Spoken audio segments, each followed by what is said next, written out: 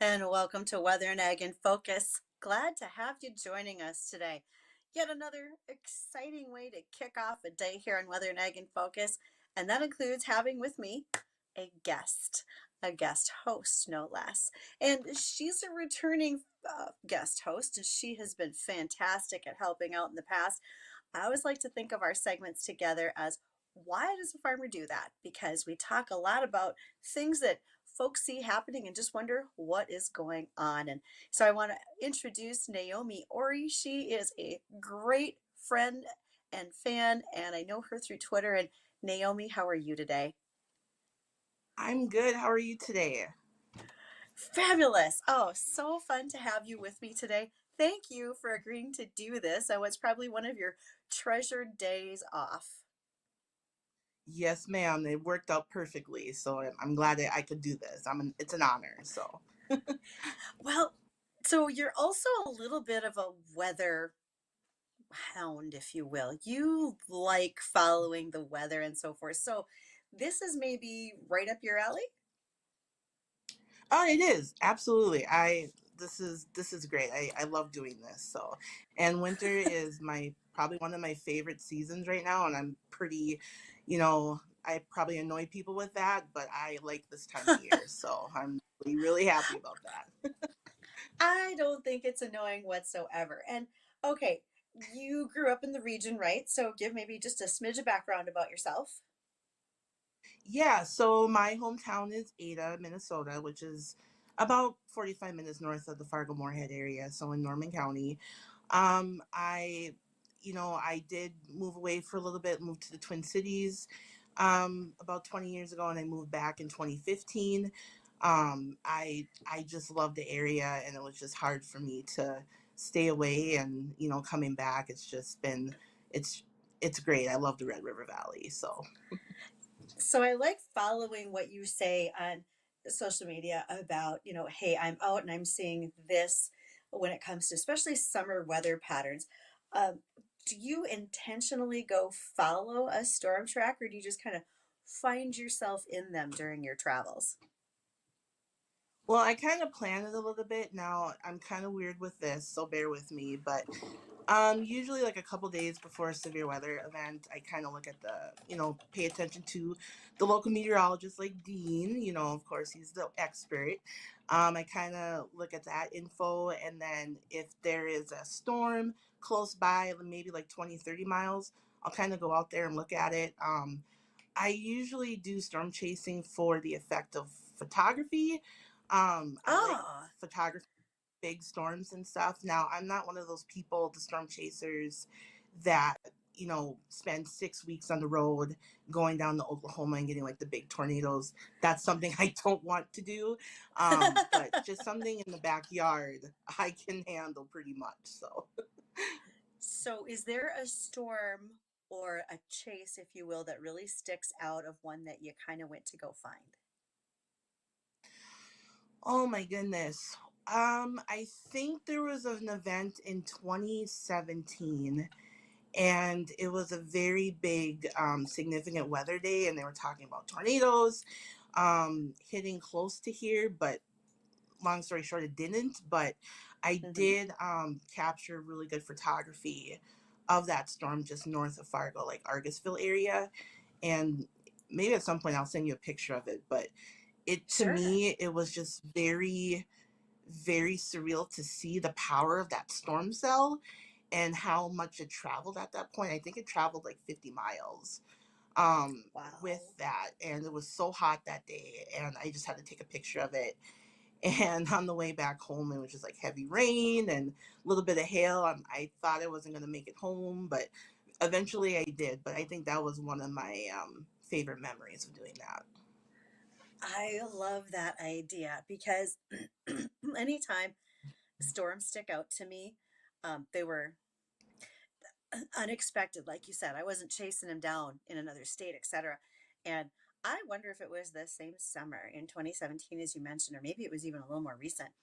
There was a late afternoon, powerful storm coming in. And I just remember us thinking, maybe we're a little too much in the path. we should get out of here. Yes. And so I I remember just Yep. taking off and heading out of town thinking, Yes, yes. And some the house storms is too, insured. I don't go out when it's dangerous too. I don't do that either. Like I'll watch it and then if I feel comfortable going out, I will. But if it's a very dangerous event, of course I'm gonna stay home, be sheltered, stuff like that. So I kinda look at that too. Safety first nonetheless. But it's a passion of Yeah. mine and I've been wanting to do this for a long time, you know, like weather and stuff. It's just been a passion of mine for a long time.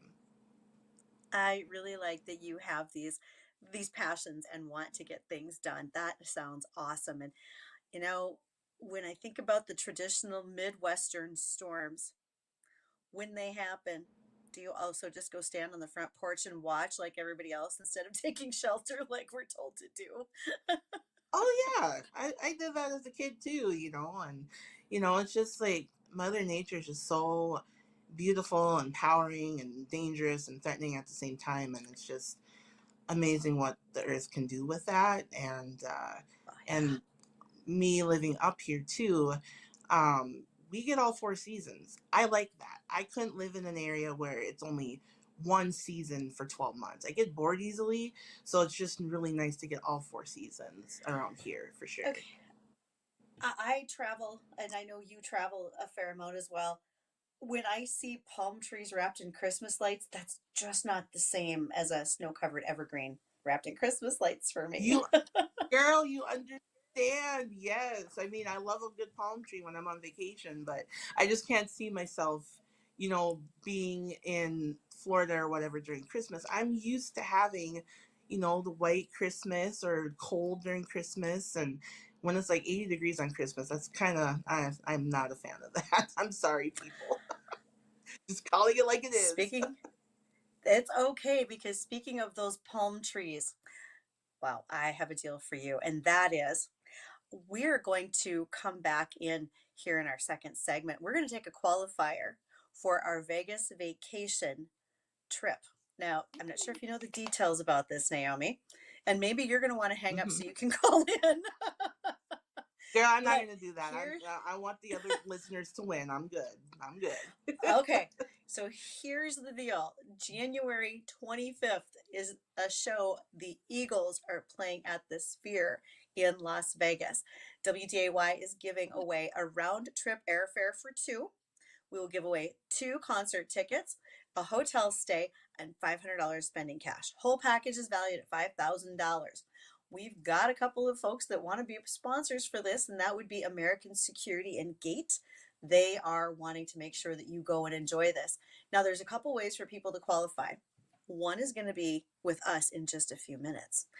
And we're going to have a sounder play when we come back from our commercials. So hold on, everybody. No need to dial yet. Also, tomorrow there is a qualifying stop in West Fargo. And I have to look at where that qualifying stop is at. It'll be at El Gave from 4 to 6. Am I at the right place? Nope. Nope. Tomorrow's the 18th. Never mind. We already had the El Gave. Tomorrow from 4 to 6 will be the Top Shelf Tavern. Naomi, have you been to the Top Shelf Tavern? I have not, but I've been wanting to go. Well, it's going to be your time. So, the Top Shelf Tavern tomorrow from 4 to 6. Maybe you want to swing by there. Now, for everybody else, just hang on. Don't be dialing yet. But when you hear the sounder for the Vegas vacation, Naomi, what color number are we going to want to when we hear the sounder? You get to pick. I'm gonna say number 8. Oh, I like that. Okay, so everybody hang on. Keep your dialing fingers ready. So once you get the chance to hear our sounder, you're going to be caller number 8 to qualify for the Vegas vacation. And I have a feeling phone lines are already ringing. People must be really excited to take this Vegas vacation. What do you think, Naomi? Oh, I think so. Vegas is one of my favorite cities to visit, so they're gonna have a good time, I think. All right, so we'll be back. Listen for the sounder. Again, you're going to be caller number 8. Stay tuned. We will be back.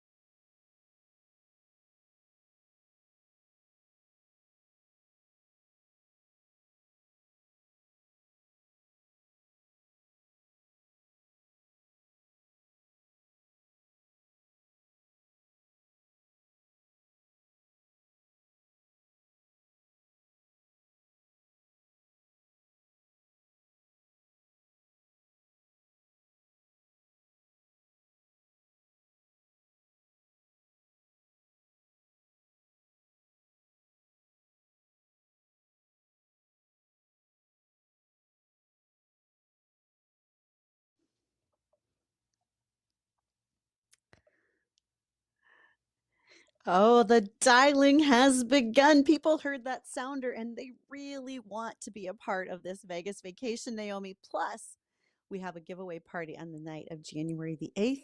It'll be at Kingpins. Even if you're not qualified, Naomi, why don't you stop by to say hi and meet the qualifiers? You're pretty much a host already. Honored to do this. So I might have to do that tomorrow after work. Well, Addison is working diligently behind the scenes for us. He's going to find out who caller number 8 is, and then he's going to let me know so we can announce it on air. And then also, just wanted to remind folks that if you don't qualify today, tomorrow you can be at Top Shelf and you can get qualified from 4 to 6. And then, Naomi, I've already had messages from your super fans. I've had people who said, "Oh, Naomi's on today. Yay." So you've got your own Oh, following who likes to see what's going on here. Nice, huh? well, apparently people love my boring life, so I'm honored again. So thanks for tuning in, everybody. You and me, boring life, right there together, kid. Don't worry. Yes, Now, yes, ma'am, for have sure. have you seen the weather for tomorrow? Some of the road reports and so forth. Yes, so even last night, I know that we're supposed to get probably an Alberta Clipper coming in. Um, Mm-hmm. and again, this is December, it's this time of year. I'm not surprised about that. I'm gonna go with my very unprofessional guess for Fargo. We're Go gonna ahead. get probably 4 inches. I'm gonna say 4.3 inches to be exact. Oh, I'm writing it down. So tomorrow, 4.3 inches. I'm going to keep that in mind to see if that's what we get. Now, there is a 30% chance that the Devil's Lake Basin is going to get 6 inches of snow or more. More. Goodness, that's a lot. Yes, it is. Thank God I'm not up there. I'm sorry. Love you, They Devil's Lake, but you can deal with that. So They're gonna have to, and they've been building ice with the cold weather that we've had. There's probably about 10 inches of ice, so this is gonna act as a bit of an insulator. I know not all ice fishermen want to hear that, but if they got 6 inches of snow, that's quite a bit. So let's just see where it lands and how they do. But in other words, keep an eye out on the roads when you are traveling. And Naomi, you travel quite a bit. What do you got in your winter survival kit? I hope you got one, right? I don't have a whole lot yet, but I know I got an extra coat, I got blankets, I got also jumper cables if just in case of that. And I always make sure too, people, that you fuel up your car at least a half a tank. Don't go below that. My dad always preached me to that, like don't go below half tank. So that's Yes. one reminder for sure in the winter. And before you leave, check the weather. I mean, it can change in an instant, especially up here in the winter. So, and also drive for the conditions. I cannot stress enough. Drive for the conditions. Just because it looks dry doesn't mean you have to be 70 miles an hour on the interstate. And I saw a lot of that Well, last week with blast system, and that's really, really terrifying. But I'm not trying to be a mama hen, but just be careful out where you're going to be. So, you are so right. Even all of us who are the hardened North Dakotans, Minnesotans like you and I, we've been here a long time. I'm okay with driving a lot slower these days and taking it safe. And me too. by the way, I got a winner for the Vegas vacation. He fought valiantly in the phone dialing wars, and Anthony from Fargo is our qualifier. So, congratulations, Anthony. Yay. Yeah, happy to have him joining us. Oh, so I did want to make mention if you are listening and you want to talk with Naomi and I, because we haven't even gotten to the fun part of her conversation yet. But if you do, you can reach us on the Red Wing shoe line, 701-293-9000. Maybe you want to stop by Red Wing, take a look at what they have for winter boots in case you need to add those to your winter survival kit, just as Naomi was advising. And I'm keeping a close eye on email. If there's something that strikes your fancy that you want to visit about and you're shy about calling, you can reach me ag@flagfamily.com. So, Naomi, next up that I wanted to ask about from you, we said we'd just answer questions. Do you got one to kick us off? What should we start with? Well, I know we talked last week about you shared a podcast about two egg professionals about buzzwords and their buzzwords. And it Oh, was really interesting to hear that. So I kind of wanted to talk a little bit about that. sure. And they just kind of listed off some buzzwords to them that they hear all the time. I know one of them was like sustainability. And sorry, I'm looking down and Mm-hmm. I wrote it on a piece of paper. You So go ahead. I take notes like a carbon. maniac through this show. My friends make fun of me for my note taking, but I'm like, that is just a part of me. So bear with me. It's all good. Um, All good. um, they said carbon, regenerative Mm-hmm. agriculture. Not Mm-hmm. sure what that kind of means, but and then also they Okay. said organic was a buzzword, and I can kind of Mm-hmm. see that too. But I feel like they said this too with organic. It's becoming more. You see it more popular, like in the grocery stores and stuff. Yeah, Sure. they were just talking about certain buzzwords, and I think just after listening to that podcast, there's buzzwords in every conversation that you're in. And yeah, there's some buzzwords that kind of, make you annoyed, but language and English and all that just kind of, it's very fluid. So Well, how about we start with one here before our bottom of the hour news? And if I get to pick, I'm going to pick organic because um, some folks in ag are going to say organic is a dirty word, right? We shouldn't talk about that in conventional agriculture. But I don't think that's the way we should approach it. So let's go back 100 years. For the most part, things were mostly organic. I mean, we're talking about the 1920s. We were just really starting to learn what we could do for fertilizer.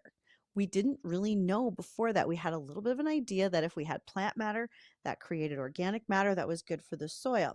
But we started realizing that there could maybe be some synthetic compounds that could be used as well to boost our yield on our crops. One of the very first fertilizers, probably more organic than you want it to be, it was bat guano poop. That's what folks were using. They were literally mining it and bringing out to other areas to use on fields.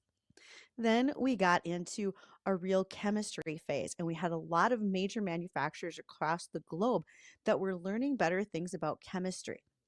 And what they were able to do is to find compounds that were selective. They could kill weeds, but not harm other species, or maybe they controlled a bug, but not something else. Now, there were missteps on the way. Some products weren't maybe as well researched, and they were more broad spectrumed, and they did more damage than they did good. We've eliminated so many of that from our daily lives. If the best way I can explain organic to folks, it has a great fit. Organic can mean many different things to many people. There's a variance if it's in livestock or if it's in a crop. When folks hear the word organic, they often think there is nothing synthetic used, no synthetic fertilizer, no synthetic pesticides. But the reality is there are synthetic pesticides that are manufactured but are considered organic because of the way in which they're built. So there can be some organic uses that, or excuse me, some pesticides, if you will, or biostimulants, biopesticides that get used in organic. It's always best to do your research and know what it might be. If we were strictly organic, if we used no synthetic fertilizer, if we only used, say, like chicken manure, and if we used no synthetic herbicides, globally, we would be able to harvest about 60% of what we raise. That would mean a 40% reduction in what we have for food. Now, for Naomi, for you and me, we live in a great country with a wonderful abundance at the grocery stores. Might not affect us as much as some areas. But we know that there's a place for both organic and conventional agriculture. It's just a matter of supply and demand. And right now, we have more demand than we have the supply of just an organic product. Does that help?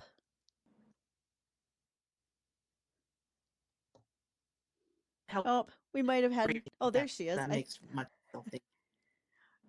Awesome. Oh, Naomi, can you guys hear me? I'm Naomi sorry. froze there for just a sec. It's okay. We're going to fix that with you, Naomi. But this is a perfect time for us to go catch our bottom of the hour news. And then we're going to keep talking because Naomi had more questions about sustainability and carbon capture. And again, if folks have other comments and questions and they want to add to the conversation, they can do so by reaching us at 701 293 9000.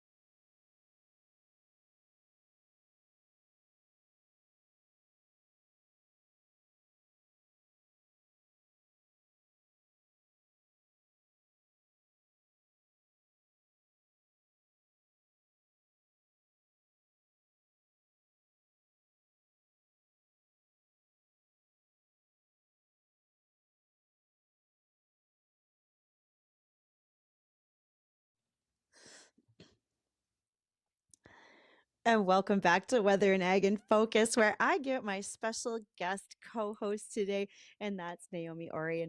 And Naomi, it is so much fun to have you with us. And do not be upset the fact that your video froze up. That frankly happens to me all the time. And poor Addison is just used to a running fire drill of whatever might happen when we're all working remotely.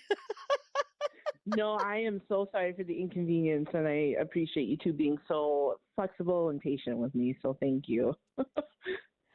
We came to have this hour together and to have fun and to educate. That's all we came here to do. And we're going to do all that. So I'm not worried in the least. So, Okay, sounds okay. good. When I listened to your list of buzzwords, and you mentioned one that was called carbon capture, and I think that was the one that you said, I'm not really clear on what that means. Or was it regenerative ag? Which one do you want me to go to? The regenerative ag is the one that kind of confused me a little bit. So if you wanted to talk more about that, that would be great. Sure, I'd be happy to. And don't forget to stop and ask me more questions in case I'm just kind of rambling on with anything. I'm happy to do that. So, I appreciate all right. that. Yes. Here's my take on regenerative ag. And I have no doubt that we've got listeners, especially those who farm, who may have other thoughts that they want to add to me as well. When I think of regenerative ag, I think about it being full cycle. Okay. So let's go back to probably the way our grandparents farmed. And that was they had the full circle of a crop that provided feed for the livestock and for people. That crop also left plant material and organic matter for the field. Then through the livestock, they were able to take the manure and they were able to put it back on the field, and they were able to make sure that the cycle continued, right? So that the livestock helped to feed the crop, which helped to feed the livestock. When I think, and I'm just really simplifying it, when I think about regenerative ag, I think about the fact that we want to make sure that what we are doing is sustainable. Leads us to another buzzword, something that we can keep doing, that we're not going to run out of the resources that it might lead to. Now, we have a caller. Larry is on the line. And Naomi, let's see if you and I can answer his question. So, Larry, go ahead. Yes, you had mentioned that Naomi was going to be on, but it's interesting because I'm an older person and we've had a variety of things on our farm. And anyhow, all I was going to do is wish you guys a Merry Christmas and thanks for the ride around Big Iron. And welcome aboard, Naomi. Oh my God! Hi, Larry. It's nice to hear from you. I remember you. Yeah, and I really think there's so many retired farmers, or what you're talking about, that are on our honor flight, and I believe Bridgette should put her 2 cents worth and get on the honor flight and discuss some of this stuff with the older retired ag boys. So thank you much, Bridgette and Naomi. Talk to you later. Thank you, Thank you, Larry. Larry. Yes. Yeah, so Naomi and I do know Larry. She's not only been a guest co-host for me, she met us out at Big Iron and came on air with us there. And then we swiped one of the WDAY golf carts and took a little drive around to look at equipment. And Larry rode with us. And we had a great time looking at farm equipment and just sharing stories.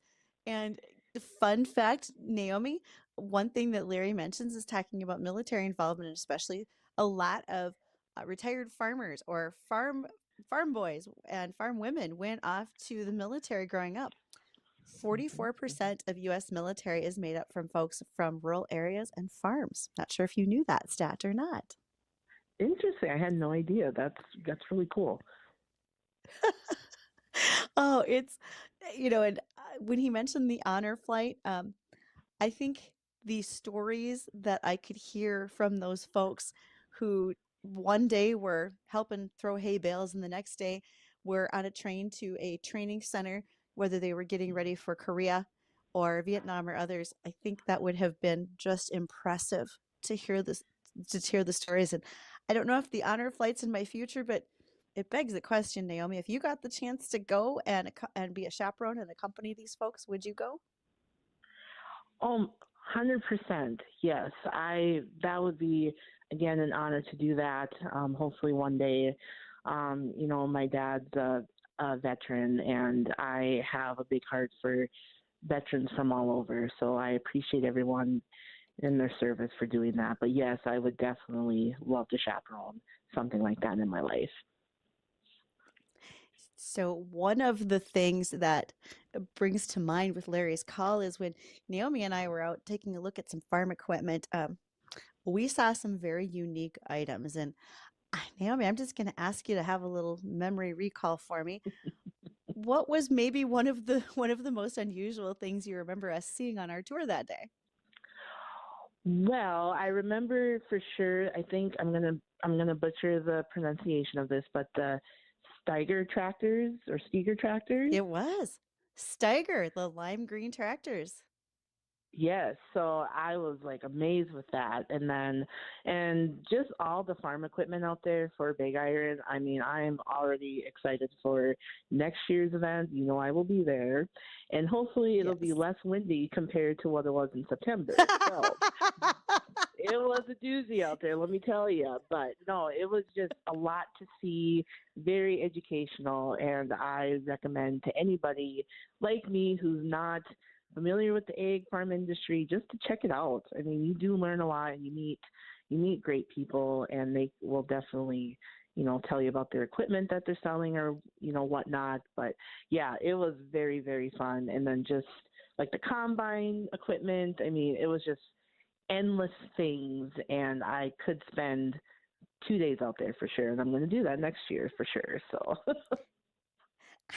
So I do have a question for you based off of that.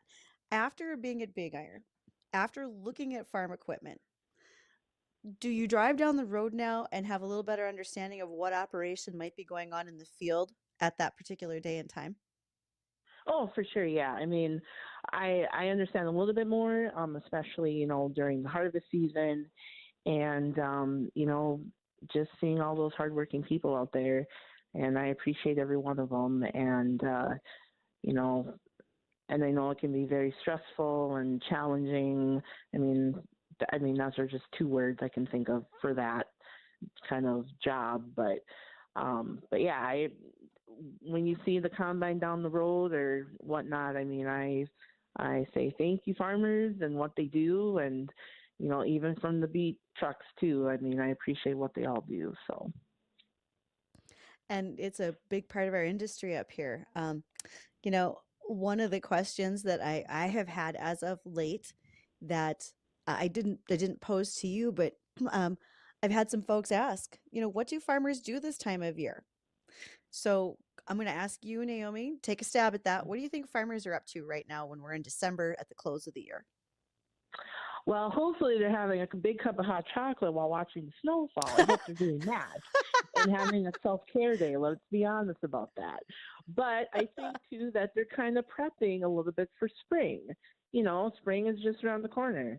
That's kind of one day closer to spring. So I'm assuming that they're prepping for, spring, what products they need to get, what equipment they need to tune up.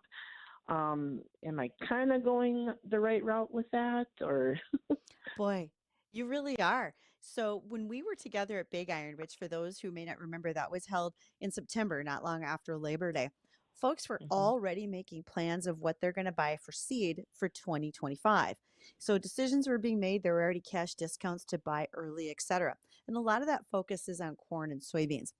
Now, you're exactly right. Harvest completed somewhat early this year because we didn't have to fight through a lot of mud or anything like that. So farmers are doing a lot of repairs. When you hear me talk about parts availability, trade-ins, just like if you were trading a car, if you're trading equipment, checking over your equipment so you can go in to make sure you have the right new nozzles on your sprayer. Maybe you're changing out the shovels on a piece of tillage equipment. You might be improving some things on your planter. This is a time to bring equipment into the shop, and I know that I've heard others mention, and I've seen some pretty big farm shops, but I hear people who make mention of, Well, why does a farmer need a shop that big? After Hmm. seeing the equipment we saw at Big Iron, does it make a little more sense how big that stuff is to work on, Naomi? Oh, absolutely, for sure. Yes. So I totally understand now. The more that I've been out to Big Iron and seeing all those in person, for sure. So. And, it's not just being able to pull it into the shop, but there's also that need. Perhaps you've got to open up the whole planter and, Mhm. spread the whole machine apart so you can get into it, and you got to be able to walk around it. And it's nice to work inside whenever possible. As a college student, I remember having to do a repair or two on a car, and in a cold, unheated apartment garage or just out in a parking lot was not pleasant. So you're right. Having a shop right now is a good time to get inside and get those things done. Also, just like anyone else, farmers are preparing for the end of the year tax season. All of us are getting our property taxes, everything in order for upcoming filing dates. And so this is a big part of the paperwork time of year for folks to get done because let's face it, if you're in a combine, most of the day you're probably not paying attention to your paperwork as much. Just thinking about it. I could think so too. Now, that's kind of another question that just randomly popped in my head. Now, is there Mhm. certain forms, if you're in the farm and egg industry, that is required for tax purposes? Is there extra paperwork to go along with that they have to bring to the tax preparer and all that? That is a great question. So I'm not going to be perfect at this because I'm not a tax preparer. And in fact, I employ one. So if anything happens where I got to go downhill with the IRS, they're going with me. But the reality Okay, is, I got you. farmers are working on a lot bigger inventory list, especially if you have farm equipment as well as livestock. And so you're going to need a lot more farms. Often you can see farmers filing extensions to get all of those things done. You have to get all your deductions in line. So you've got to have paperwork that backs that up as well. And when you asked, are there additional forms? I think it's safe to say that it's not a 1040 EZ like we used to be able to do when we were in college. No, you're right. It's a much more expanded version with a lot more detail to it. And speaking of details, well, we're going to follow up on some of those when we return. I get to have a continued great and fun conversation with Naomi Orre. She is a super fan and a lot of fun from Twitter. I hope you all are following her, but don't go anywhere. You're going to want to follow along for the last little bit of our discussion today.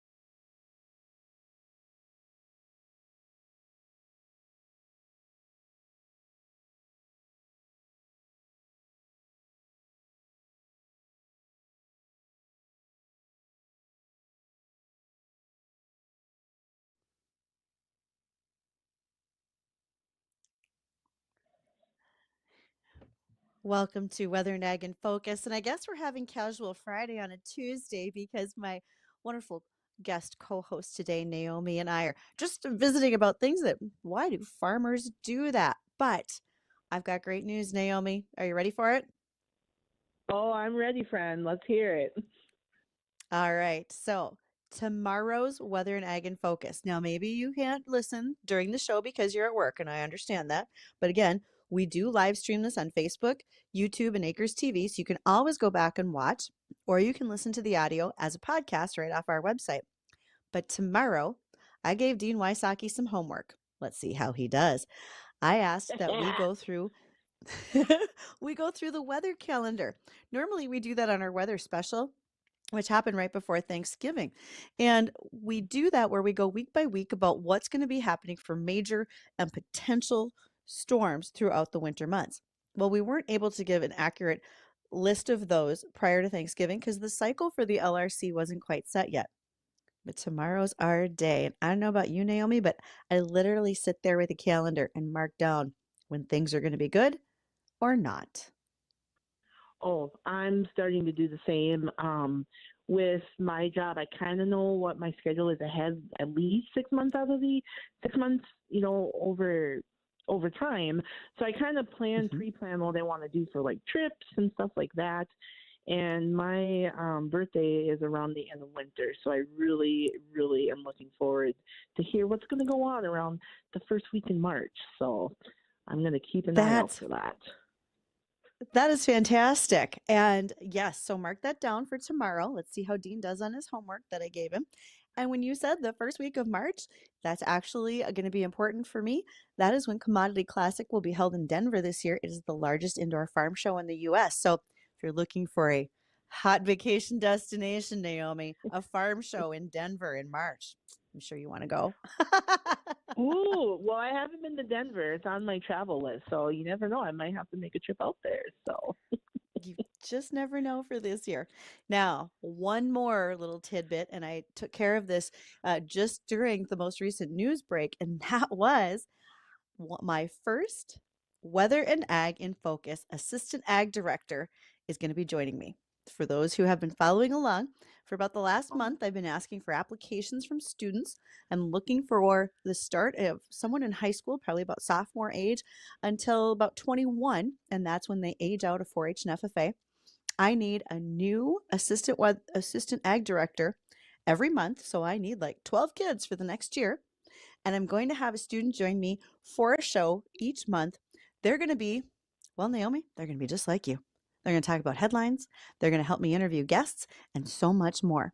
And my first assistant ag director will be joining me on Monday, December 30th, right in the studio. And that will actually be a student from down in the Fort Ransom area. Her name is Jocelyn Berkland. She's been on before to talk about things that have happened with her FFA chapter down at Enderlin. I'm excited to have Jocelyn joining us. How fun, and what a great opportunity for these young people to do that. So they're going to have so much fun. They're going to have the time of their life for sure. It's going to be a fun day, and I'm excited to give kids the chance to see what it's like to do some things in radio, which, well, let's face it, I didn't ever think I'd be doing some things in radio, so why not give them the chance earlier? Oh, yes, they're going to have fun. So this will be great for them. Well, Naomi, did we answer any or all of the questions that you had for today? Well, friend, I have so many questions like that will go on for years and years, but I have one question before the ending the show here. Now, I know it was dry around the fall time. I'm a little concerned with spring and with precip. So hopefully this is part of Dean's homework. Hopefully we'll get more precipitation as we go along into like March and April. So I'm sure farmers are kind of wondering about that as well. Well, we had a dry fall ending where even though we weren't terribly wet, we still took off a tremendous corn crop. A lot of our farmers in the regional say we don't have to be soaking wet to have a good crop, and we're hoping that Mother Nature makes it up in a timely fashion so we get rainfall when we need it. And we'll find out. Thanks to Naomi for joining me today. Folks, don't go anywhere. Jay Thomas is next.